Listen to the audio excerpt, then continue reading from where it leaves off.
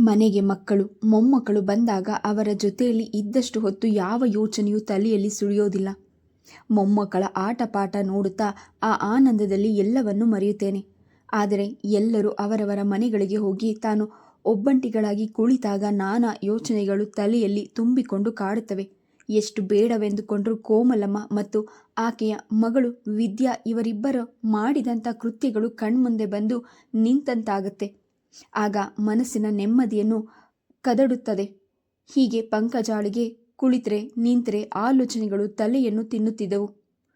ನಾಗೇಂದ್ರ ಬೇರೆ ದಾರಿ ಕಾಣದೆ ತನ್ನ ಜಮೀನನ್ನು ಮಾರಿ ಬಂದ ಹಣದಿಂದ ಸಾಲಗಾರರನ್ನು ಕರೆದು ಎಲ್ಲರ ಸಾಲವನ್ನು ತೀರಿಸಿದನು. ಹಾಗೂ ತಡವಾಗಿ ನಿಮ್ಮ ಹಣವನ್ನು ಹಿಂತಿರುಗಿಸುತ್ತಿರುವುದಕ್ಕೆ ಕ್ಷಮೆ ಇರಲಿ. ನನ್ನ ಪರಿಸ್ಥಿತಿಯು ನಿಮ್ಮೆಲ್ಲರಿಗೂ ಗೊತ್ತೇ ಇದೆ. ಆದ್ದರಿಂದ ತಡವಾಗಿ ಕೊಟ್ಟಿದ್ದೇನೆ ಎಂದು ನಮ್ರತೆಯಿಂದ ಹೇಳಿದನು. ನಾಗೇಂದ್ರಪ್ಪನವರೇ, ನೀವ್ಯಾಕೆ ಹೀಗೆ ಕೇಳ್ಕೊಳ್ತಿದ್ದೀರಾ? ನೀವೆಂಥವರು? ನಿಮ್ಮ ಗುಣ ಎಂತಹದು? ನೀವು ಮಾಡಿದ ತ್ಯಾಗ ಎಲ್ಲವನ್ನೂ ನಮ್ಮ ಕಣ್ಣಿಂದಲೇ ನೋಡಿದ್ದೇವೆ. ಅದರ ಬಗ್ಗೆ ನೀನೇನು ಹೇಳಬೇಡಿ ನಮಗೆ. ಆದರೆ ನನಗೊಂದು ನೋವು ಕಾಡ್ತಾ ಇದೆ ಎಂದನು ರಾಜರಾಮ. ಅದೇನು ಅಂತ ಹೇಳಿ ರಾಜರಾಮರೇ. ನಮಗೆ ಹಣವನ್ನು ಒದಗಿಸಿಕೊಡುವುದಕ್ಕಾಗಿ ನಿಮ್ಮ ಪಾಲಿನ ಜಮೀನು ಮಾಡಿ ಕೊಡ್ತಿದ್ದೀರಾ ನೀವು. ಈ ಹಣವನ್ನು ತೆಗೆದುಕೊಳ್ಳಲು ನಮಗೆ ಮನಸ್ಸಿಲ್ಲ. ಆದರೆ ಏನು ಮಾಡೋದು? ನಮ್ಮ ಈಗಿನ ಪರಿಸ್ಥಿತಿಯು ನಿಮಗೆ ಗೊತ್ತೇ ಇದೆ. ನನ್ನ ಮಗಳ ಮದುವೆ ಗೊತ್ತಾಗಿದೆ. ಈಗ ಆ ಸಂಬಂಧ ಕೈ ತಪ್ಪೋದ್ರೆ ಮತ್ತೆ ಇಂತಹ ಸಂಬಂಧ ಸಿಗುತ್ತದೋ ಇಲ್ಲವೋ? ಅವರಾಗಿ ಇಷ್ಟಪಟ್ಟು ಬಂದಿದ್ದಾರೆ. ಒಡವೆ ವಸ್ತ್ರ ನಿಮ್ಮಿಷ್ಟ. ನಿಮ್ಮ ಮಗಳಿಗೆ ನೀವು ಏನಾದರೂ ಕೊಡಿ, ನಾವು ಅದನ್ನು ಕೇಳೋದಿಲ್ಲ ಎಂದು ಹೇಳ್ತಿದ್ದಾರೆ. ಮದುವೆ ಮಾಡಿಕೊಟ್ರೆ ಸಾಕು. ನಮಗೆ ನಿಮ್ಮ ಮಗಳು ನಮ್ಮ ಮನೆ ಬೆಳಗಿದ್ರೆ ಅದಕ್ಕಿಂತ ಹೆಚ್ಚೇನು ಬೇಡ ಎಂದಿದ್ದಾರೆ. ಏನೋ ನನ್ನ ಮಗಳ ಅದೃಷ್ಟ ಇಂತಹ ಸಂಬಂಧ ಸಿಕ್ಕಿರೋದು. ಅವಳ ಮದುವೆಗಾಗಿಯೇ ಇಟ್ಟಿದ್ದ ದುಡ್ಡು ಇದು. ನಿಮ್ಮ ಮಗಳ ಮದುವೆಯ ಸಮಯದಲ್ಲಿ ಬೇಕೆಂದು ನೀವು ಕೇಳಿದಾಗ ಬೇರೆ ದಾರಿ ಕಾಣದೆ ಅದೇ ಹಣವನ್ನು ಕೊಟ್ಟಿದ್ದೇನೆ ಎಂದನು. ರಾಜರಾಮರೇ, ನೀವು ಎಂಥವರು? ನಿಮ್ಮ ಪರಿಸ್ಥಿತಿ ಏನು ಎಂದು ನನಗೆ ಅರ್ಥವಾಗುತ್ತದೆ. ನೀವು ಇಷ್ಟೆಲ್ಲ ಹೇಳಬೇಕಾದ ಅವಶ್ಯಕತೆ ಏನೂ ಇಲ್ಲ. ಒಟ್ಟಿನಲ್ಲಿ ಒಳ್ಳೆ ಮನೆತನದ ಸಂಬಂಧ ನಿಮ್ಮ ಮಗಳಿಗೆ ಸಿಕ್ಕಿದೆಯಲ್ಲ, ಅದೇ ನಮ್ಮ ಸಂತೋಷ. ಆಸ್ತಿಗೇನು ಬಿಡಿ, ಹಣ ಕೊಟ್ಟರೆ ಸಿಗುತ್ತದೆ. ಇಂದು ನಾವು ಕಳೆದುಕೊಂಡಿರೋದನ್ನು ನಾಳೆ ಸಂಪಾದಿಸ್ಬೋದು. ಏನೋ ನಮ್ಮ ತಂದೆ ಅಂದು ತೆಗೆದುಕೊಂಡ ಈ ಆಸ್ತಿಯು ಇಂದು ನನ್ನ ಮರ್ಯಾದೆಯನ್ನು ಉಳಿಸಿದೆ. ನಾನು ಅಂದು ನಿಮಗೆ ಕೊಟ್ಟ ಮಾತನ್ನು ಉಳಿಸ್ಕೊಳ್ಳುವಂತಾಗಿದೆ. ನಿಮ್ಮ ಅವಶ್ಯಕತೆಗೆ ತಕ್ಕ ಹಾಗೆ ಸಮಯಕ್ಕೆ ಸರಿಯಾಗಿ ನಿಮಗೆ ಹಣ ಒದಗಿಸುವ ಅನುಕೂಲವಾಯಿತು. ಅದೇ ನನಗೆ ಸಂತೋಷ. ಅಂದು ನನ್ನ ಕಷ್ಟ ನೋಡಿ ನೀವು ದೊಡ್ಡ ಮನಸ್ಸು ಮಾಡಿ ಕೊಟ್ಟ ಹಣವು ನನ್ನ ಮಗಳು ಸುಖವಾಗಿ ತನ್ನ ಗಂಡನ ಮನೆಯಲ್ಲಿ ಬಾಳುವಂತೆ ಆಗಿದೆ. ಅದಕ್ಕಿಂತಲೂ ಇನ್ನೇನು ಬೇಕು ನೀವೇ ಹೇಳಿ? ಸಂತೋಷವಾಗಿ ನಿಮ್ಮ ಮಗಳ ಮದುವೆಯನ್ನು ಮಾಡಿ. ಆ ದೇವರ ಅನುಗ್ರಹ ಸದಾ ನಿಮ್ಮ ಮೇಲೆ ಇರಲಿ. ಇನ್ನು ನೀವು ಹೊರಡಿ ಎಂದನು ನಾಗೇಂದ್ರ. ಆಯಿತು ನಾಗೇಂದ್ರಪ್ಪನವರೇ, ನಾನಿನ್ನು ಹೊರಡುತ್ತೇನೆ. ಆದರೆ ಒಂದು ಮಾತು ಎಂದನು. ಹೇಳಿ ರಾಜರಾಮರೇ, ಯಾಕೆ ಸುಮ್ಮನಿದ್ದೀರಾ? ಏನೂ ಇಲ್ಲ. ನನ್ನ ಮಗಳ ಮದುವೆಗೆ ನೀವು ದಂಪತಿಗಳಿಬ್ಬರೂ ಬಂದು ವಧುವರರಿಗೆ ಆಶೀರ್ವಾದ ಮಾಡಬೇಕು. ಪತ್ರಿಕೆಯನ್ನು ಕೊಡ್ತೇನೆ ಎಂದನು. ಅಷ್ಟೇನಾ? ನಾನೇನೋ ಹೇಳ್ತೀರೋ ಅಂದ್ಕೊಂಡಿದ್ದೆ. ನಾವು ತಪ್ಪದೆ ಬರ್ತೇವೆ. ನಿಮಗೆ ಅದರ ಬಗ್ಗೆ ಅನುಮಾನವೇ ಬೇಡ ಎಂದು ರಾಜರಾಮರ ಭುಜ ತಟ್ಟಿ ಹೇಳಿದನು. ಸರಿ ನಾಗೇಂದ್ರಪ್ಪನವರೇ, ನಾನಿನ್ನು ಹೊರಡುತ್ತೇನೆ. ನಿಮಗೆ ಧನ್ಯವಾದಗಳು ಎಂದನು. ನಾನು ನಿಮಗೆ ಧನ್ಯವಾದಗಳನ್ನು ತಿಳಿಸಬೇಕು ರಾಜರಾಮರೇ. ನನಗೆ ಸಮಯಕ್ಕೆ ಸರಿಯಾಗಿ ಸಾಲ ಕೊಟ್ಟು ನನ್ನ ಮಾನ ಉಳಿಸಿದ್ದೀರಾ. ಅಲ್ಲದೆ ನಾನು ನಿಮಗೆ ತಡವಾಗಿ ಹಣ ಕೊಡ್ತಿದ್ದೇನೆ. ನನ್ನಿಂದ ನಿಮಗೆ ತೊಂದರೆಯಾಗಿದೆ. ದಯವಿಟ್ಟು ನನ್ನನ್ನು ಕ್ಷಮಿಸಿಬಿಡಿ ಎಂದ ನಾಗೇಂದ್ರ. ಕ್ಷಮೆ ಮಾತೆಲ್ಲ ಯಾಕೆ ಬಿಡಿ. ಹೇಗೂ ನನ್ನ ಕಷ್ಟಕ್ಕೆ ನೀವು ಹಣ ಒದಗಿಸಿಕೊಟ್ಟಿದ್ದೀರಲ್ಲ, ಅಷ್ಟು ಸಾಕು ಎಂದು ಹೇಳಿ ಹೊರಟ ರಾಜರಾಮ. ನಾಗೇಂದ್ರನ ಮನಸ್ಸಿಗೆ ಸ್ವಲ್ಪ ನೆಮ್ಮದಿಯಾಯಿತು. ಹೇಗೂ ಅಂತೂ ಎಲ್ಲರ ಸಾಲವನ್ನು ತೀರಿಸ್ಬಿಟ್ಟೆ. ಇನ್ನು ಮುಂದೆ ಏನೇ ಕಷ್ಟ ಬಂದರೂ ಸಾಲ ಮಾಡಬಾರ್ದು. ಸಾಲ ಪಡೆದರೆ ಅದನ್ನು ತೀರಿಸುವ ಚೈತನ್ಯ ಇಲ್ಲ. ಹೀಗಾದರೆ ಸಾಲ ಕೊಟ್ಟವರು ಸುಮ್ಮನೆ ಇರ್ತಾರಾ? ಎಲ್ಲರಿಗೂ ಹಣದ ಅವಶ್ಯಕತೆ ಇದ್ದೇ ಇರುತ್ತದೆ. ನಮ್ಮ ಸಮಯಕ್ಕೆ ಸಾಲ ಕೊಟ್ಟಾಗ ಅದೇ ರೀತಿ ನಾವು ಸಹ ಅವರ ಸಮಯಕ್ಕೆ ತಕ್ಕಂತೆ ಸಾಲ ಹಿಂತಿರುಗಿಸಬೇಕು. ಇನ್ನು ನಮ್ಮ ಆಸ್ತಿ ಎಂದು ಮಾರಲು ಸಹ ಯಾವ ಆಸ್ತಿಯೂ ಇಲ್ಲ. ಇರುವ 1-2 ಎಕರೆ ಜಮೀನು ಅದು ಮುಂದೆ ಮಕ್ಕಳ ಭವಿಷ್ಯಕ್ಕೆ ಆಧಾರವಾಗಿರಲಿ. ಯಾವ ಗಳಿಗೆ ಹೇಗೆ ಬರುತ್ತದೋ ಯಾರು ಅರಿಯಲಾರರು ಎಂದು ಮನದಲ್ಲಿ ನಿರ್ಧಾರ ಮಾಡಿದನು. ಮಕ್ಕಳೆಲ್ಲ ತಮ್ಮ ತಮ್ಮ ಮನೆಗಳಿಗೆ ಹೋದರು. ಹೆಣ್ಣು ಮಕ್ಕಳು ಮದುವೆ ಆದಮೇಲೆ ಗಂಡನ ಜೊತೆ ಹೊರಟ್ರೆ ಮತ್ತೆ ಬಾಣತನಕ್ಕೆ ಬಂದಾಗ ತವರು ಮನೆಯಲ್ಲಿ 9 ತಿಂಗಳು ಇದ್ದು ಮತ್ತು ತನ್ನ ಮನೆಗೆ ಹೊರಟು ಬಿಡ್ತಾರೆ. ಮಧ್ಯ ಹಬ್ಬ ಹರಿದಿನಗಳಲ್ಲಿ ಬಂದರೆ ಒಂದೆರಡು ದಿನ ಅಥವಾ ಹೆಚ್ಚೆಂದರೆ ಒಂದು ವಾರ ಇರ್ತಾರೆ ಅಷ್ಟೇ. ಅದೇ ಗಂಡು ಮಗನಾಗಿದ್ದರೆ ತಂದೆ ತಾಯಿಗಳ ಜೊತೆ ಇರ್ತಾನೆ, ಜೊತೆಗೆ ಸೊಸೆ ಬಂದ ಮೇಲೆ ಮೊಮ್ಮಕ್ಕಳು, ಹೀಗೆ ಸಂಸಾರ ಬೆಳೆಯುತ್ತಾ ಹೋಗುತ್ತದೆ ಎಂದು ಪಂಕಜಮ್ಮ ಮಗಳ ಬಾಣತನ ಮುಗಿಸಿ ಅವರ ಮನೆಯಲ್ಲಿ ಬಿಟ್ಟು ಬಂದ ಮೇಲೆ ಒಬ್ಬಳೆ ಕುಳಿತು ಯೋಚಿಸುತ್ತಿದ್ಲು. ಮಗಳು ಮನೆಯಲ್ಲಿದ್ದಾಗ ಬಾಣತಿಯ ಹಾರೈಕೆ, ಮೊಮ್ಮಗುವಿನ ಪೋಷಣೆ, ಇದರಲ್ಲೇ ಸಮಯ ಹೋಗೋದೇ ಗೊತ್ತಾಗ್ತಿರ್ಲಿಲ್ಲ. ಈಗ ಮನೆ ಖಾಲಿಯಾಗಿ ಬಿಕ್ಕೋ ಎನಿಸುತ್ತಿದೆ. ಹೊತ್ತೊತ್ತಿಗೆ ಸರಿಯಾಗಿ ಊಟ ತಿಂಡಿಯನ್ನು ಸಹ ಮಾಡದೆ ಸುಮ್ಮನೆ ಕುಳಿತು ಯೋಚಿಸುತ್ತಿದ್ಲು. ಹಗಲೆಲ್ಲ ತಾನು ಒಬ್ಬಂಟಿಗಳಾಗಿ ಇರ್ತಿದ್ಲು. ರಾತ್ರಿ ಅಷ್ಟೊತ್ತಿಗೆ ಗಂಡ ಮನೆಗೆ ಬರುತ್ತಿದ್ದನು. ನಾಗೇಂದ್ರ ಮಧ್ಯಾಹ್ನದ ಹೊತ್ತಿನಲ್ಲಿ ಒಂದೊಂದು ದಿನ ಊಟಕ್ಕೆ ಸಹ ಮನೆಗೆ ಬರ್ತಿರ್ಲಿಲ್ಲ. ಯಾಕೆ ಬರಲಿಲ್ಲ ಎಂದು ಪಂಕಜಮ್ಮ ಕೇಳಿದರೆ ಏನೋ ಒಂದು ನೆಪ ಹೇಳಿ ಸುಮ್ಮನಿರ್ತಿದ್ದ. ಇತ್ತೀಚೆಗೆ ನಾಗೇಂದ್ರನ ಮುಖದಲ್ಲಿ ಗೆಲುವೇ ಇರ್ತಿರ್ಲಿಲ್ಲ. ಮಾತು ಸಹ ಹೆಚ್ಚಾಗಿ ಮಾತನಾಡುತ್ತಿರಲಿಲ್ಲ. ಸದಾ ಮೌನವಾಗಿ ಮಂಕಾಗಿ ಇರ್ತಿದ್ದನು. ಕಾರಣ ಕೇಳಿದರೆ ಏನೂ ಇಲ್ಲ, ಚೆನ್ನಾಗಿದ್ದೀನಲ್ಲ ಎಂದು ಹೇಳುತ್ತಿದ್ದನು. ಇತ್ತೀಚೆಗೆ ಊಟ ತಿಂಡಿಯೂ ಸಹ ಮಾಡ್ತಿರ್ಲಿಲ್ಲ. ಮೊದಲಿನ ಹಾಗೆ ಗಂಡ ಹೆಂಡತಿ ಇಬ್ಬರು ಮಾತನಾಡಿಕೊಳ್ಳುತ್ತಿರಲಿಲ್ಲ. ಸಮಯಕ್ಕೆ ಎಷ್ಟು ಬೇಕೋ ಅಷ್ಟು ಮಾತು ಮಾತ್ರ ಮಾತನಾಡ್ತಿದ್ರು. ಒಬ್ಬೊಬ್ಬರು ಯೋಚನೆ ಒಂದೊಂದು ತಿರುವಾಗುತ್ತಿತ್ತು. ಗಂಡ ಮನೆಗೆ ಬಂದೊಡನೆ ಆತನಿಗೆ ಊಟ ಬಡಿಸಿ ತಾನು ಊಟ ಮಾಡ್ತಿದ್ಲು. ಯಾವುದನ್ನು ನಾವು ಬೇಡವೆಂದು ದೂರ ಮಾಡಿಕೊಂಡ್ರೂ ಹೇಗೋ ನಡೆಯುತ್ತಿದೆ. ಆದರೆ ಊಟ ತಿಂಡಿ ವಿಷಯದಲ್ಲಿ ಮುನ್ಸು ತೋರಿಸಲು ಆಗೋದಿಲ್ಲ. ಏಕೆಂದರೆ ಹೊತ್ತೊತ್ತಿಗೆ ಹೊಟ್ಟೆ ಹಸಿವನ್ನು ತಿಳಿಸುತ್ತದೆ. ಆಗ ಆಹಾರವನ್ನು ಸೇವಿಸಬೇಕು. ಇಲ್ಲದಿದ್ದರೆ ಹಸಿವಿನ ಬಾಧೆಯನ್ನು ಸಹಿಸಿಕೊಳ್ಳಲಾಗದೆ ಹೊಟ್ಟೆ ತುಂಬಿದರೆ ಯಾವ ಕಷ್ಟವನ್ನೇ ಆಗಲಿ ಎದುರಿಸುವ ಶಕ್ತಿ ಇರುತ್ತದೆ. ಆದ್ದರಿಂದ ಊಟ ತಿಂಡಿಯ ವಿಷಯದಲ್ಲಿ ನಾವು ಉದಾಸೀನ ತೋರಿಸಲು ಸಾಧ್ಯವಿಲ್ಲ. ಹೀಗೆ ದಿನಗಳು ಕಳೆಯುತ್ತಿತ್ತು. ಯಾವುದರಲ್ಲೂ ಆಸಕ್ತಿ ಇಲ್ಲದ ಬದುಕು ಯಾಂತ್ರಿಕವಾಗಿತ್ತು. ಮಕ್ಕಳು ಮನೆಗೆ ಬಂದಾಗ ಮಾತ್ರ ದಂಪತಿಗಳ ಮುಖದಲ್ಲಿ ನಗು ಕಾಣ್ತಿತ್ತು. ಮತ್ತೆ ಮುಖದಲ್ಲಿ ಮಂದಹಾಸ ಮಾಯವಾಗ್ತಿತ್ತು. ನನ್ನವರೆಂದು ನಂಬಿ ನಾನು ಎಲ್ಲವನ್ನೂ ಕಳೆದುಕೊಂಡೆನಲ್ಲ ಎಂದು ನಾಗೇಂದ್ರನ ಮನಸ್ಸಿನಲ್ಲಿ ಸದಾ ಕೊರಗಿತ್ತು. ಕೊನೆಗೆ ಅಪ್ಪ ಪ್ರೀತಿಯಿಂದ ತನಗಾಗಿ ಕೊಟ್ಟ ಜಮೀನನ್ನು ಸಹ ನಾನು ಉಳಿಸಿಕೊಳ್ಳಲಾಗಲಿಲ್ವಲ್ಲ ಎನ್ನುವ ಚಿಂತೆಯಿಂದಲೇ ಕೊರಗುತ್ತಿದ್ದನು. ನನಗೆ ತನ್ನವರೆನ್ನುವವರೇ ಇಲ್ಲವೇ? ತನಗಾಗಿ ಮಿಡಿಯುವ ಜೀವವಿಲ್ವೇ? ಈ ಮನೆ ತನ್ನದೆಂದು, ಮನೆಯವರೆಲ್ಲರೂ ತನ್ನವರೆಂದು ಎಲ್ಲರಿಗಾಗಿ ನಾನು ನಿಸ್ವಾರ್ಥದಿಂದ ಬಾಳಿದೆ. ಆದರೆ ಇದರಿಂದ ನನಗೇನು ಸಿಕ್ಕಿತು? ಕೊನೆಗೆ ಎಲ್ಲರ ಪ್ರೀತಿ ಆದರಗಳಿಂದಲೂ ದೂರವಾದ್ನಲ್ಲ. ನನಗಾಗಿ ಮಿಡಿಯುವ ಹೃದಯವೇ ಇಲ್ವಲ್ಲ. ಈಗಲೂ ನನ್ನ ತಮ್ಮ ತಂಗಿಯರನ್ನು ನೋಡಿದ್ರೆ ತನ್ನವರೆಂದು ಹೃದಯ ತುಂಬಿ ಪ್ರೀತಿ ಹೊಕ್ಕುತ್ತದೆ. ಆ ಪ್ರೀತಿ ನನ್ನ ಮೇಲೆ ಅವರಿಗೆ ಯಾಕಿಲ್ಲ? ಅಂತಹ ತಪ್ಪು ನಾನೇನು ಮಾಡಿದೆ ಎಂದು ಸದಾ ಅವನು ಯೋಚಿಸುತ್ತಲೇ ಇದ್ದನು. ಈ ಕೊರಗಿನಲ್ಲೇ ಆಗಾಗ ಸಣ್ಣ ಎದೆನೋವು ಕಾಣಿಸಿಕೊಳ್ಳುತ್ತಿತ್ತು. ಆದರೆ ಅದನ್ನು ಯಾರಿಗೂ ಹೇಳದೆ ಸುಮ್ಮನಿದ್ದನು. ಪಂಕಜಮ್ಮನಿಗೆ ಗಂಡನನ್ನು ನೋಡಿ ಕರುಳು ಹಿಂಡಿದಂತೆ ಆಗ್ತಿತ್ತು. ದಿನೇ ದಿನೇ ಕಷ್ಟವಾಗುತ್ತಿದ್ದ ಗಂಡನನ್ನು ನೋಡಿ ಹೆದರುತ್ತಿದ್ಲು.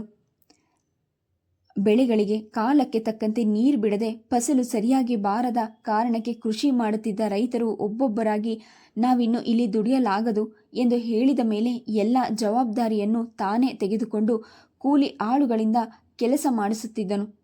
ಹಗಲು ರಾತ್ರಿ ಎನ್ನದೆ ಬೆಳೆಗಳಿಗೆ ನೀರು ಹಾಯಿಸಲು ತಾನೇ ಹೋಗುತ್ತಿದ್ದನು. ತಮ್ಮಂದಿರು ಯಾರು ಜಮೀನಿನ ಕಡೆ ಸುಳಿಯುವಂತಿರಲಿಲ್ಲ. ಎಲ್ಲ ಕೆಲಸಗಳನ್ನು ಆಳುಗಳಿಗೆ ಒಪ್ಪಿಸಿದರೆ ಆಳುಗಳು ತಾನು ಹೋದಾಗಲೆಲ್ಲ ನೀರು ಬಿಡದೆ ಅಡ್ಡ ಬರುತ್ತಿದ್ರು. ಅವರ ಬಳಿ ವಾಗ್ವಾದ ಮಾಡಿ ಕಾದ ಮೇಲೆ ನೀರು ಹಾಯಿಸಲು ಬಿಡ್ತಿದ್ರು. ಅದು ಪೂರ್ತಿ ಬೆಳೆಗಳಿಗೆ ಬಿಡ್ತಿರ್ಲಿಲ್ಲ. ಮಧ್ಯ ಮಧ್ಯ ಅಡ್ಡ ಬರ್ತಿದ್ರು. ನೀರು ಹಾಯಿಸೋದೇ ಒಂದು ಸಾಹಸವಾಗ್ತಿತ್ತು ನಾಗೇಂದ್ರನಿಗೆ. ಸಾಕಪ್ಪ ಈ ಬದುಕು ಎನಿಸುತ್ತಿತ್ತು.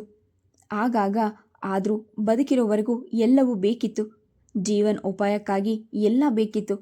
ಇದಕ್ಕಾಗಿ ಶ್ರಮ ಪಡಲೇಬೇಕೆಂದು ತನ್ನ ಕೈಲಾದ ಮಟ್ಟಿಗೆ ಪ್ರಯತ್ನ ಮಾಡುತ್ತಲೇ ಇದ್ದನು. ಮನುಷ್ಯ ತನ್ನ ಬದುಕಿಗಾಗಿ ಹೋರಾಟ ಮಾಡಲೇಬೇಕು. ಆದರೆ ಎಷ್ಟು ಅಂತ ಹೋರಾಟ ಮಾಡಲು ಸಾಧ್ಯ?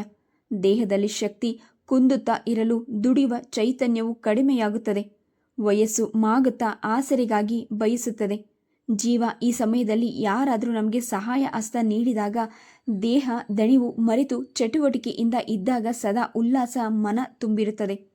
ಆದ್ದರಿಂದ ನಾವು ದುಡಿಯುವ ಚೈತನ್ಯ ಮನದಲ್ಲಿ ಇದ್ದಾಗ ನಾಳಿನ ಚಿಂತೆಯನ್ನು ಮಾಡಬೇಕು. ಮುಂದಿನ ಭವಿಷ್ಯ ಉತ್ತಮವಾಗಿರಲು ಹಾಗೂ ತನ್ನನ್ನು ನಂಬಿದವರ ಏಳಿಗೆಗಾಗಿ ಮುಂದಾಲೋಚನೆಯನ್ನು ಮಾಡಬೇಕು. ಎಲ್ಲರೂ ನಮ್ಮವರೇ, ಆದರೆ ನಂಬಿಕೆ ಪಾತ್ರರಾದರೆ ಮಾತ್ರ ನಮ್ಮ ಸ್ವಂತದವರು ಅನಿಸುವವರು. ಕೇವಲ ರಕ್ತ ಸಂಬಂಧ ಇರುವವರನ್ನು ಮಾತ್ರ ನಾವು ನಮ್ಮ ಸಂಬಂಧಿಕರು ಎಂದು ಹೇಳಬಹುದು. ಆದರೆ ಅವರೆಲ್ಲ ಆತ್ಮೀಯರಾಗಲು ಸಾಧ್ಯವಿಲ್ಲ. ಅಂಥವರಲ್ಲಿ ಕೆಲವರು ಕೇವಲ ಹಣ ಆಸ್ತಿಗಾಗಿ ನಮ್ಮ ಬಳಿ ಆತ್ಮೀಯತೆಯರಂತೆ ವರ್ತಿಸುತ್ತಾರೆ. ಇವರ ಒಳ ಮರ್ಮ ಏನೆಂದು ಅರಿಯದೆ ಬಣ್ಣದ ಮಾತುಗಳಿಗೆ ಮಾರು ಹೋಗಿ ಅವರನ್ನು ನಂಬಿ ಇರುವ ಹಣ ಆಸ್ತಿಯನ್ನು ಕಳ್ಕೊಂಡಾಗ ನಮ್ಮಿಂದ ದೂರವಾಗ್ತಾರೆ.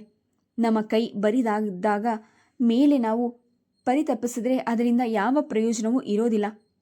ಹಾಗಂತ ನಮ್ಮೆಲ್ಲರನ್ನು ದೂರ ಮಾಡಿಕೊಂಡು ನಾವು ಬದುಕುವುದು ಸಹ ಅಸಾಧ್ಯವಾಗುತ್ತದೆ. ಒಂದಲ್ಲ ಒಂದು ಸಮಯ ನಮಗೆ ಎಲ್ಲರೂ ಬೇಕಾಗ್ತಾರೆ. ಆದ್ದರಿಂದ ನಮ್ಮ ಎಚ್ಚರದಲ್ಲಿ ನಾವಿದ್ದು ಬಾಳಿದಾಗ ಮುಂದಿನ ನಮ್ಮ ಭವಿಷ್ಯವು ಹಾಗೂ ಮಕ್ಕಳ ಬದುಕು ಚೆನ್ನಾಗಿರುತ್ತದೆ. ಹಿರಿಯರು ಗಾದೆ ಮಾತಿನಂತೆ ರಾಗಿ ಬೀಸುವಾಗ ರಾಜ್ಯವೆಲ್ಲ ಬಂಧುಗಳೇ ಎನ್ನುವ ಮಾತು ಸುಳ್ಳಾಗೋದಿಲ್ಲ. ನಮ್ಮ ಕಷ್ಟ ಕಾಲದಲ್ಲಿ ಯಾರು ನಮ್ಮ ಕೈ ಹಿಡಿತಾರೋ ಅವರೇ ನಮ್ಮ ನಿಜವಾದ ಬಂಧುಗಳು. ಈ ಸತ್ಯವನ್ನು ನಾವು ಅರಿತುಕೊಂಡು ಬದುಕು ಸಾಗಿಸಬೇಕು. ಹೀಗೆ ನಾಗೇಂದ್ರ ಚಿಂತಿಸುತ್ತಿದ್ದನು. ನಾನು ತಪ್ಪು ಮಾಡಿದೆ ಎಂದು ಸದಾ ಮನಸ್ಸು ಕಾಡ್ತಿತ್ತು. ತಂದೆ ಹೆಂಡತಿ ಎಚ್ಚರಿಸಿದರೂ ನಾನು ಮೂರ್ಖನಂತೆ ನಡೆದುಕೊಂಡೆ ಎಂದು ನಿಟ್ಟುಸಿರು ಬಿಡುತ್ತಿದ್ದನು. ಗಂಡನ ಅವಸ್ಥೆಯನ್ನು ನೋಡುತ್ತಿದ್ದ ಪಂಕಜಮ್ಮನಿಗೆ ಭಯವಾಗ್ತಿತ್ತು. ನನಗಿರುವ ಒಂದು ಆಸರೆಯೇ ಇವರು. ಇವರಿಗೇನಾದರೂ ಆದರೆ ಇಲ್ಲಿ ನನಗ್ಯಾರ ದಿಕ್ಕು? ಇವರಿಗಿಂತ ಮೊದಲು ನನ್ನನ್ನು ನಿನ್ನ ಬಳಿಗೆ ಕರೆಸ್ಕೊ ದೇವ್ರೆ ಎಂದು ಬೇಡ್ತಿದ್ಲು. ನಂತರ ತನಗೆ ತಾನೇ ಸ್ವಾರ್ಥಿ. ನನಗಾದರೂ ಪ್ರೀತಿಯಿಂದ ನೋಡಿಕೊಳ್ಳುವ ನನ್ನ ಅಣ್ಣಂದಿರು ತಂಗಿ ಎಲ್ಲರೂ ಇದ್ದಾರೆ. ಅವರ ಒಡನಾಟದಲ್ಲಿ ನನ್ನ ನೋವನ್ನು ಮರೆಯಬಹುದು. ಆದರೆ ನಾನು ಇಲ್ಲದಿದ್ದರೆ ಇವರಿಗೆ ಯಾರ ಗತಿ? ತನ್ನವರೆಂದುಕೊಂಡವರೆಲ್ಲ ಇಂದು ಅವರಿಗೆ ಶತ್ರುಗಳಾಗಿದ್ದಾರೆ. ಇನ್ನು ಇವರನ್ನು ಪ್ರೀತಿಯಿಂದ ಮಾತನಾಡಿಸುವವರು ಯಾರಿದ್ದಾರೆ ಎಂದು ಗಂಡನ ಬಗ್ಗೆ ಅನುಕಂಪ ತೋರಿದ್ಲು. ಇದೆಲ್ಲವನ್ನು ಯೋಚಿಸುತ್ತಾ ತನ್ನ ಗಂಡನಿಗೆ ಆದಷ್ಟು ಧೈರ್ಯ ಹೇಳ್ತಿದ್ಲು. ಹೆಂಡತಿ ಹೇಳುತ್ತಿದ್ದ ಧೈರ್ಯದ ಮಾತುಗಳನ್ನು ಕೇಳುತ್ತಾ ತಾನು ಅಂದು ಸ್ವಾತಂತ್ರ್ಯವಾಗಿ ಹೋರಾಡಿದ ದಿನಗಳು ನೆನಪಾಯಿತು. ನಮ್ಮ ದೇಶದ ಸ್ವಾತಂತ್ರ್ಯಕ್ಕಾಗಿ ಹೋರಾಡುತ್ತಿದ್ದ ಹಲವು ನಾಯಕರ ಜೊತೆಗೂಡಿ ಬ್ರಿಟಿಷರ ವಿರುದ್ಧ ಘೋಷಣೆಗಳನ್ನು ಮಾಡುತ್ತಾ ಗುಂಪಿನ ನಾಯಕನಿಗೆ ಬಲಗೈ ಎಂತಿದ್ದ ಎಲ್ಲರನ್ನೂ ಹುರಿದಬ್ಬಿಸಿ ಕೊನೆಗೆ ಸೆರೆಮನೆ ವಾಸವನ್ನು ಸಹ ಅನುಭವಿಸಿದೆ. ಆ ಧೈರ್ಯ ಇಂದು ಎಲ್ಲಿ ಹೋಯಿತು? ಆ ಪೌರುಷ ಏನಾಯಿತು?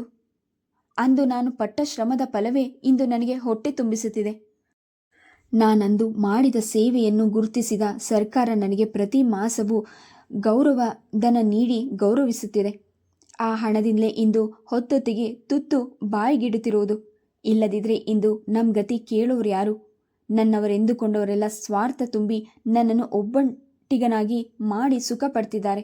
ತನ್ನ ತ್ಯಾಗಕ್ಕೆ ಬೆಲೆಯೇ ಇಲ್ಲದಂತಾಗಿದೆ ಎನ್ನುವ ಅವರ ಮನಸ್ಸಿನ ನೋವನ್ನು ಮರೆಯಲಾಗದೆ ನಾಗೇಂದ್ರ ಚಿಂತೆಯಲ್ಲಿ ಕುಗ್ಗಿ ಹೋದನು. ಈ ಚಿಂತೆ ಹಗಲಿರುಳು ಮನವನ್ನು ಕಾಡ್ತಿತ್ತು. ಈ ಸಮಯದಲ್ಲಿ ತಂದೆ ತಾಯಿ ಅವನಿಗೆ ಸದಾ ನೆನಪಾಗ್ತಿದ್ರು. ನಾನು ಯಾವ ತಪ್ಪನ್ನು ಮಾಡಲಿಲ್ಲ ಎಂದು ತನಗೆ ತಾನೇ 100 ಬಾರಿ ಹೇಳ್ಕೊಳ್ತಿದ್ದನು. ಇದೇ ಕೊರಗಿನಲ್ಲೇ ನಾಗೇಂದ್ರ ದಿನೇ ದಿನೇ ನೋವಿನಿಂದ ಬಳಲು ತೊಡಗಿದನು. ಕುಳಿತಲ್ಲಿ ನಿಂತಲ್ಲಿ ತನಗೆ ತಾನೇ ಏನೇನೋ ಮಾತನಾಡಿಕೊಳ್ಳುತ್ತಿದ್ದನು. ಏನಪ್ಪ ಭಗವಂತ, ಇವರಿಗೆ ಹುಚ್ಚೇನಾದರೂ ಹಿಡಿತಾ ಎಂದು ಗಾಬರಿಗೊಂಡ್ಳು ಪಂಕಜಮ್ಮ. ಬರುತ್ತಾ ತಮ್ಮಂದಿರ ಕಾಟ ಜಾಸ್ತಿ ಆಗ್ತಿತ್ತು. ಇಷ್ಟಾದರೂ ಇವರು ನನಗೆ ಹಿಂಸೆ ಕೊಡೋದನ್ನು ನಿಲ್ಲಿಸಲಿಲ್ವಲ್ಲ ಎಂದು ತನ್ನಲ್ಲೇ ಕೊರಗುತ್ತಿದ್ದನು. ಈ ವಿಷಯವನ್ನು ಹೆಂಡತಿಗೆ ಎಳೆದರೆ ಅದೇ ಯೋಚನೆ ಮಾಡುತ್ತಾ ಊಟ ತಿಂಡಿ ಬಿಡ್ತಾಳೆ. ನಂತರ ಅವಳಿಗೇನಾದರೂ ಹೆಚ್ಚು ಕಡಿಮೆ ಆದರೆ ನನ್ನ ಮತ್ತು ಮಕ್ಕಳ ಗತಿ ಏನು ಎಂದು ಆಲೋಚಿಸಿ ಹೆಂಡತಿಗೆ ಏನೂ ಹೇಳದೆ ಮೌನವಾಗಿ ತಾನೇ ನೋವು ಅನುಭವಿಸುತ್ತಿದ್ದ. ನಾಗೇಂದ್ರ ಒಂದು ದಿನ ವ್ಯಾಪಾರಕ್ಕೆಂದು ಮನೆಯಿಂದ ಹೊರಟನು.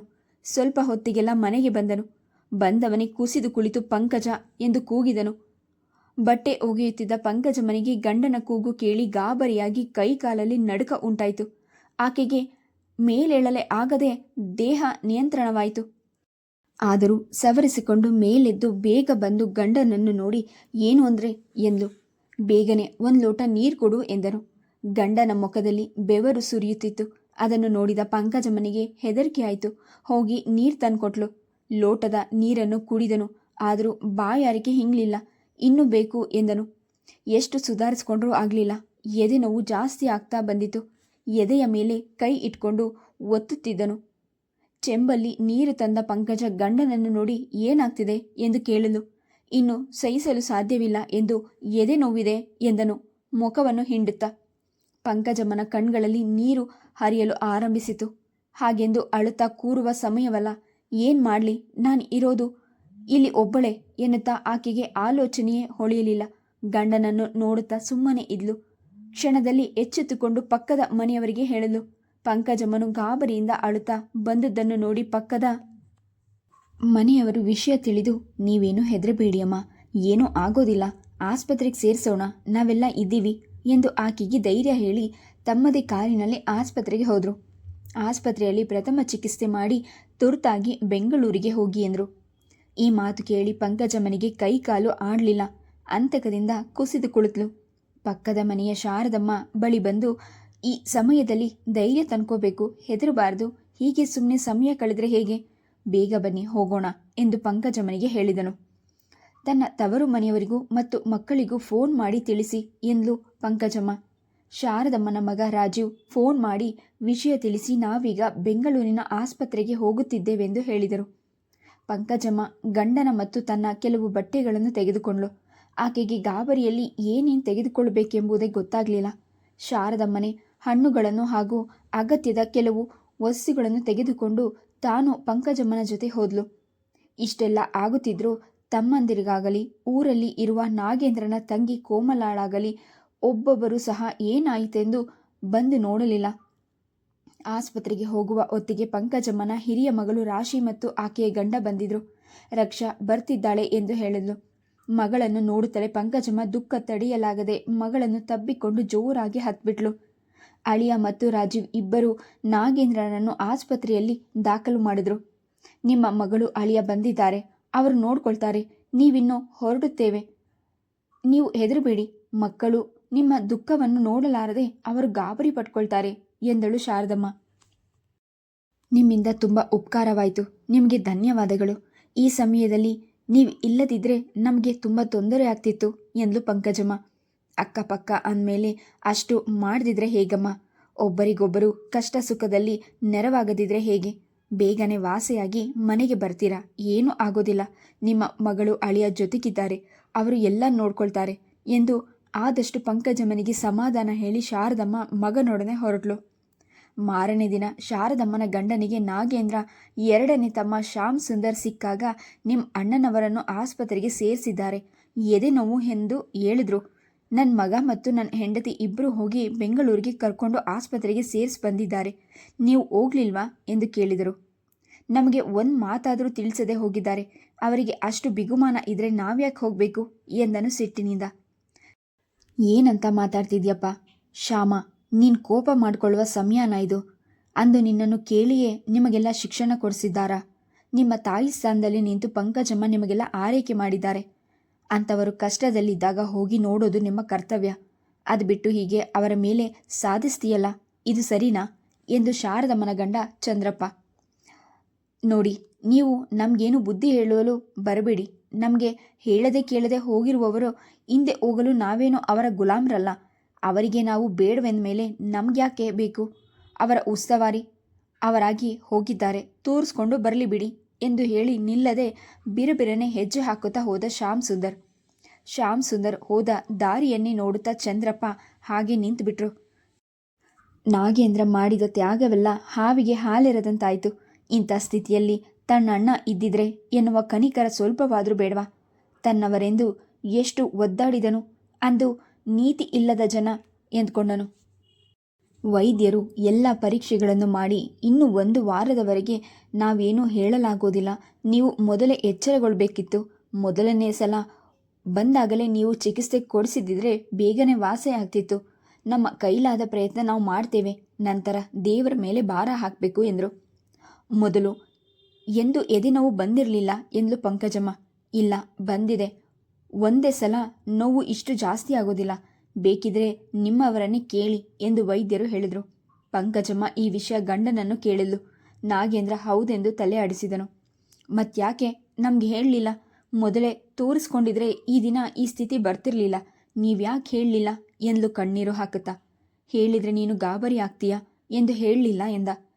ಈಗ ನೋಡಿ ಎಂಥ ಸ್ಥಿತಿ ಬಂತು, ಈಗ ಗಾಬರಿ ಆಗೋದಿಲ್ವೇ? ಏನಾಗುತ್ತೋ ಎಂದು ನನಗೆ ಭಯ ಆಗ್ತಿದೆ. ನೋವು ಕಡಿಮೆ ಇದ್ದಾಗ ತೋರಿಸ್ಕೊಂಡಿದ್ರೆ ಬೇಗ ವಾಸಿ ಆಗ್ತಿತ್ತು, ಈಗೇನು ಮಾಡೋದು ಎಂದ್ಲು ಅಂತಕದಿಂದ. ಇದಕ್ಕೆ ನಾನು ಮೊದಲೇ ನಿನಗೆ ಹೇಳಲಿಲ್ಲ, ಚಿಕ್ಕ ಚಿಕ್ಕ ವಿಷಯಕ್ಕೆಲ್ಲ ಹೆದರ್ತೀಯ, ಏನೂ ಆಗೋದಿಲ್ಲ, ಸುಮ್ಮನಿರು ಎಂದು ಹೆಂಡತಿಗೆ ಸಮಾಧಾನ ಹೇಳಿದನು ನಾಗೇಂದ್ರ. ಮಕ್ಕಳು ಅಳಿಯಂದಿರು ಬಂದು ಮಾತನಾಡಿಕೊಂಡು ಧೈರ್ಯ ಹೇಳಿದರು. ಪಂಕಜಮ್ಮನ ಅಣ್ಣಂದರು ಬಂದು ವೈದ್ಯರ ಬಳಿ ಮಾತನಾಡಿ ಆರೋಗ್ಯದ ಬಗ್ಗೆ ವಿಚಾರಿಸಿದರು. ವೈದ್ಯರು ಯಾವ ಭರವಸೆಯನ್ನು ನೀಡಲಿಲ್ಲ. ಚಿಕಿತ್ಸೆ ಮಾಡುತ್ತಿದ್ದೇವೆ, ಇನ್ನು 1 ವಾರ ಕಳೆದ ಮೇಲೆ ನಾವು ಭರವಸೆ ಕೊಡ್ತೇವೆ ಎಂದರು. ಪಂಕಜಾಳ ಅಣ್ಣ ಮಾಧವನಿಗೆ ವೈದ್ಯರ ಮಾತು ಕೇಳಿ ತುಂಬ ದುಃಖವಾಯಿತು. ಕೊನೆಗೆ ತಂಗಿಯ ಬಾಳು ಹೀಗಾಯ್ತಲ್ಲ ಎಂದು ನೆನೆದು ಆತನ ಕಣ್ಗಳು ತುಂಬಿ ಬಂದವು. ತನ್ನ ಕಣ್ಣೀರನ್ನು ನೋಡಿದ್ರೆ ತಂಗಿ ನಾನಾ ಪ್ರಶ್ನೆಗಳನ್ನು ಕೇಳ್ತಾಳೆ. ಈ ವಿಷಯ ಹೇಳಿದ್ರೆ ತಡೆದುಕೊಳ್ಳುವ ಶಕ್ತಿ ಆಕೆಗಿಲ್ಲ ಎಂದು ಕಣ್ಣೀರನ್ನು ಒರೆಸಿಕೊಂಡು ನಗುಮುಖದಿಂದ ವೈದ್ಯರ ಬಳಿ ಮಾತನಾಡಿದ. ಯಾವ ಮಾತನ್ನು ತಂಗಿಗೆ ಹೇಳದೆ ಏನೂ ತೊಂದರೆ ಇಲ್ಲ, ಬೇಗನೆ ಚೇತರಿಸ್ಕೊಳ್ತಾರೆ ಎಂದು ಧೈರ್ಯ ಹೇಳಿ ಅಲ್ಲಿ ನಿಲ್ಲಲಾರದೆ ಈಗಲೇ ಬರ್ತೇನೆ ಎಂದು ಹೊರಗೆ ಹೋದನು. ಮಾಧವನ ಪರಿಸ್ಥಿತಿಯನ್ನು ಗಮನಿಸಿದ ರಾಶಿಯ ಗಂಡ ಪ್ರಸನ್ನ ಮಾಧವನ ಹಿಂದೆ ಹೋದನು. ಪ್ರಸನ್ನ ಇದನ್ನು ನೋಡಿ ವಿಷಯ ಗಂಭೀರವಾಗಿ ಇದೆ, ಮಾವನವರಿಗೆ ಏನೋ ತೊಂದರೆ ಇದೆ ಎಂದುಕೊಂಡು ಮಾಧವನ ಹತ್ತಿರ ಬಂದು ಚಿಕ್ಕಪ್ಪ ಎಂದನು. ಕಣ್ಣೀರೋರಿಸಿಕೊಂಡ ಮಾಧವ ಹಿಂತಿರುಗಿ ಪ್ರಸನ್ನನ ನೋಡಿ ನೀನು ಯಾವಾಗ ಬಂದೆ ಎಂದನು ತೊದಲುತ್ತಾ. ಹೇಳಿ ಚಿಕ್ಕಪ್ಪ, ವೈದ್ಯರು ಏನು ಹೇಳಿದ್ರು? ಮಾವನವರಿಗೆ ಏನಾಗಿದೆ ಎಂದು ಕೇಳಿದ್ರು. ಏನೂ ಇಲ್ಲ ಪ್ರಸನ್ನ, ಗಾಬರಿ ಆಗಬೇಕಾದದ್ದು ಏನೂ ಇಲ್ಲ ಎಂದನು. ಮತ್ಯಾಕೆ ನೀವು ಇಷ್ಟೊಂದು ದುಃಖ ಪಡ್ತಾ ಇದ್ದೀರಾ? ನನ್ನನ್ನು ನೋಡಿ ಮಾತು ತೊದಲಿದ್ದಿದ್ದು? ಹೇಳಿ ಚಿಕ್ಕಪ್ಪ, ನನ್ನ ಬಳಿ ಯಾಕೆ ಮುಚ್ಚುಮರೆ? ಏನಂತ ಹೇಳಿ ನಿನಗೆ ಎನ್ನುತ್ತಾ ಜೋರಾಗಿ ಅತ್ತನು. ಸಮಾಧಾನ ಮಾಡ್ಕೊಳ್ಳಿ, ಅಳೋದ್ರಿಂದ ಯಾವ ಸಮಸ್ಯೆಯೂ ಪರಿಹಾರ ಆಗೋದಿಲ್ಲ. ಧೈರ್ಯವಾಗಿ ಹೇಳಿ, ಏನೇ ಬಂದರೂ ಎದುರಿಸಿ ನಿಲ್ಲಬೇಕು. ನೀವೇ ಹೀಗೆ ಧೈರ್ಯಗೆಟ್ಟರೆ ಅತ್ತೆಯವರಿಗೆ ಯಾರು ಸಮಾಧಾನ ಮಾಡ್ತಾರೆ? ಹೇಳಿ ಚಿಕ್ಕಪ್ಪ, ಏನು ವಿಷಯ? ವೈದ್ಯರು ಹೇಳಿದ ಮಾತನ್ನು ಪ್ರಸನ್ನನಿಗೆ ಹೇಳಿದನು ಮಾಧವ. ಹಾಗಂದ್ರೆ ಹೇಗೆ? ಇನ್ನು ಮಾವನವರ ಸ್ಥಿತಿ ಏನಾಗುತ್ತೋ ಎನ್ನುತ್ತಾ ಪ್ರಸನ್ನ ಅಧೀರನಾದನು. ಇಷ್ಟೊತ್ತು ನನಗೆ ಸಮಾಧಾನ ಮಾಡಿದ ನೀನೇ ಹೀಗಾದರೆ ಹೇಗಪ್ಪ? ಇನ್ನೇನು ಚಿಕ್ಕಪ್ಪ, ಇಂಥ ವಿಷಯ ಅರಗಿಸಿಕೊಳ್ಳಲು ಸಾಧ್ಯವೇ ಎಂದ ಪ್ರಸನ್ನ.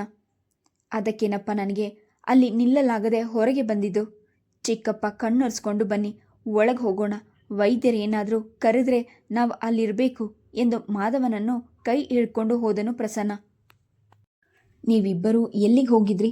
ವೈದ್ಯರು ಕರೆದ್ರು. ರಕ್ಷಾ ಮತ್ತು ಅವಳ ಗಂಡ ಸುದೀಪ್ ಇಬ್ಬರೂ ಹೋಗಿದ್ದಾರೆ ಎಂದಳು ಪಂಕಜಮ್ಮ. ಮಾಧವನಿಗೆ ಗಾಬರಿ ಆಯಿತು. ವೈದ್ಯರು ಅವರಿಗೇನಾದರೂ ಹೇಳಿದರೆ ಇನ್ನು ಪಂಕಜಾಳಿಗೆ ಗೊತ್ತಾಗುತ್ತದೆ. ಈಗ ಇವಳನ್ನು ಸಮಾಧಾನ ಮಾಡೋದು ಕಷ್ಟವಾಗುತ್ತದೆ ಎಂದುಕೊಂಡು ವೈದ್ಯರ ಬಳಿಗೆ ಆತುರವಾಗಿ ಹೋದನು. ಅಣ್ಣ, ಯಾಕಿಷ್ಟು ಆತರ? ನಿಧಾನವಾಗಿ ಹೋಗಿ ಎಂದು ಪಂಕಜಮ್ಮ ಹೇಳುತ್ತಿದ್ಲು. ಆ ಮಾತನ್ನು ಕೇಳಿಸಿಕೊಳ್ಳದೆ ಹೋದನು. ವೈದ್ಯರು ಔಷಧಿಗಳನ್ನು ಬರ್ಕೊಟ್ಟು ಇವುಗಳನ್ನು ಈಗಲೇ ತರಬೇಕೆಂದು ಹೇಳಿ ಚೀಟಿಯನ್ನು ಕೊಟ್ಟರು. ಸುದೀಪನ ಕೈಯಿಂದ ಚೀಟಿಯನ್ನು ತೆಗೆದುಕೊಂಡ ಮಾಧವ ಔಷಧಿಗಳನ್ನು ತರಲು ಹೋದನು. ಚಿಕ್ಕಪ್ಪ, ನಾನೇ ತರ್ತೇನೆ ಬಿಡಿ ಎಂದು ಸುದೀಪ್ ಹೇಳುತ್ತಿದ್ದನು. ಇರಲಿ ಬಿಡಪ್ಪ, ಯಾರು ತಂದರೆ ಏನು ಎಂದು ಹೇಳಿ ಹೋದನು. ಔಷಧಿಗಳನ್ನು ತೆಗೆದುಕೊಂಡು ವೈದ್ಯರಿಗೆ ಕೊಡುತ್ತಾ ನಾಗೇಂದ್ರನ ಆರೋಗ್ಯದ ವಿಷಯವೇನೇ ಇದ್ರೂ ನನಗೆ ಮಾತ್ರ ಹೇಳಿ, ಮನೆಯವರು ಗಾಬರಿ ಪಡ್ತಾರೆ ಎಂದು ಹೇಳಿದನು. 3 ದಿನ ಆಸ್ಪತ್ರೆಯಲ್ಲಿ ಇದ್ದರು. ದಿನದಿಂದ ದಿನಕ್ಕೆ ನೋವು ಉಲ್ಲಣಗೊಳಿಸುತ್ತಲೇ ಇತ್ತು. ಪಂಕಜಮ್ಮ ಆತಂಕದಿಂದ ಇದೇನಿದು, ನೋವು ಹೆಚ್ಚಾಗುತ್ತಲೇ ಇದೆ. 3 ದಿನದಿಂದ ವೈದ್ಯರು ಚಿಕಿತ್ಸೆ ಮಾಡಿಸಿದ್ರೂ ಸಹ ವಾಸಿ ಆಗ್ತಾ ಇಲ್ಲ. ನನಗ್ಯಾಕೋ ಹೆದರಿಕೆ ಆಗ್ತಾ ಇದೆ ಅಣ್ಣ. ಬೇರೆ ಎಲ್ಲಿಗಾದರೂ ಹೋಗೋಣವೇ ಎಂದು ಅಣ್ಣನನ್ನು ಕೇಳಿದ್ಲು. ಹಾಗೇನೂ ಇಲ್ಲಮ್ಮ, ನೀನು ಗಾಬರಿಯಾಗಬೇಡ. ಒಂದೇ ಸಲ ನೋವು ಕಡಿಮೆ ಆಗೋದಿಲ್ಲ. ದಿನದಿಂದ ದಿನಕ್ಕೆ ಸ್ವಲ್ಪ ಸ್ವಲ್ಪವೇ ಕಡಿಮೆ ಆಗುತ್ತಾ ಹೋಗುತ್ತದೆ. ನಾವು ಎಲ್ಲಿಗೋದ್ರೂ ಇಷ್ಟೇ, ವಾಸಿ ಆಗುತ್ತೆ ಎಂದು ವೈದ್ಯರು ಹೇಳಿದ್ದಾರೆ. ಇನ್ನು 2-3 ದಿನ ಅಷ್ಟೇ, ನಾವು ಮನೆಗೆ ಹೋಗಬಹುದು ಎಂದು ತಂಗಿಗೆ ಸಮಾಧಾನ ಹೇಳಿದನು ಮಾಧವ. ಪಂಕಜಮ್ಮನನ್ನು ಗಂಡನ ಬಳಿ ಹೆಚ್ಚಾಗಿ ಕಳಗಿಸದೆ ಮಾಧವ ತಾನೇ ಇರುತ್ತಿದ್ದನು. ರೋಗಿಯ ಬಳಿ ಹೆಚ್ಚು ಜನ ಇರಬಾರದು ಎಂದು ವೈದ್ಯರು ಹೇಳಿದರು. ದಾದಿಯರು ತಾವೇ ಔಷಧಿಗಳನ್ನು ನೀಡ್ತಿದ್ರು. Please subscribe the channel, like and share. Thank you.